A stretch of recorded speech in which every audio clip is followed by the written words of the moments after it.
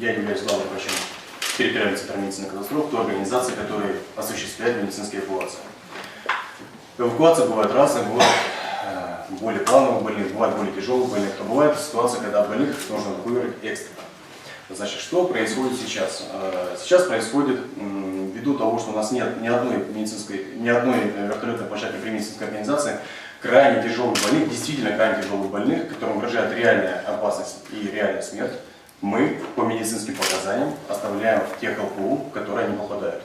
То есть это Усть-Цильма, Ижма, Троицко-Печорск, Бухтыл, Сосногорск. Значит, эти пациенты не эвакуируются. В лучшем случае они пережидают острый период своего заболевания, инфаркта миокарда, острого нарушения мозгового кровообращения, тяжелые травмы, ДТП, любого другого чрезвычайной ситуации. И только потом, по истечении 3 дней или по стабилизации состояния, мы их вывозим, значит, в аэропорт города Ухты, либо автомобильным транспортом. Что происходит за эти 3 дня? Ситуация может быть как положительная, так и отрицательная. Пациент может умереть, пациент может инвалидизироваться, пациент может поправиться, или состояние будет динамически развиваться в положительную сторону.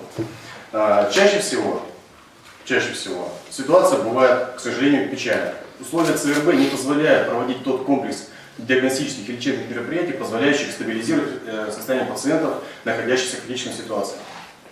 Как действительно заметил Дмитрий Борисович, мы выбирали не по принципу, где легче, а по принципу, где нужнее. В данный момент времени Ухтинская больница, городская больница номер 1, рассматривается как один из центров медицинской эвакуации наряду с республиканской больницей, детской республиканской больницей, кардиологическим диспансером. Мы считали, что те возможности, которые есть, те специалисты, которые есть в Ухтинской городской больнице, позволят своевременно и в полной мере оказывать медицинскую помощь тем людям, тем жителям нашей республики, которые в ней нуждаются.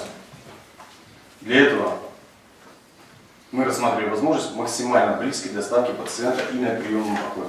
Когда мы уже общались по этому поводу относительно, вот там же всего 5 минут разница, да, дело не в тех 5 минутах разницы, а дело в тех условиях, в которых находится пациент. Одно дело, он находится на койке в стационаре, пусть это ЦРБ, но тем не менее он находится в относительном покое, ему проводится терапия. Да, какая-то возможность. В вертолете этой помощи по объективным причинам, к сожалению, как правило, невозможно оказать. Поэтому пациент именно в критическом состоянии, с интубационной трубкой, центральным венозным катетером, с дренажами, с прочими катетерами, мы предпочитаем, и любой уважающийся и понимающий специалист в критической медицине и медицинской эвакуации однозначно предпочтет этого пациента транспортировать в условия приемного покоя, где сразу же этот пациент может пойти в операционную, в кабинет компьютерной томографии, а не пережидать очередной переклад, очередную эвакуацию автомобилем даже из весьма, казалось бы, неудаленной территории.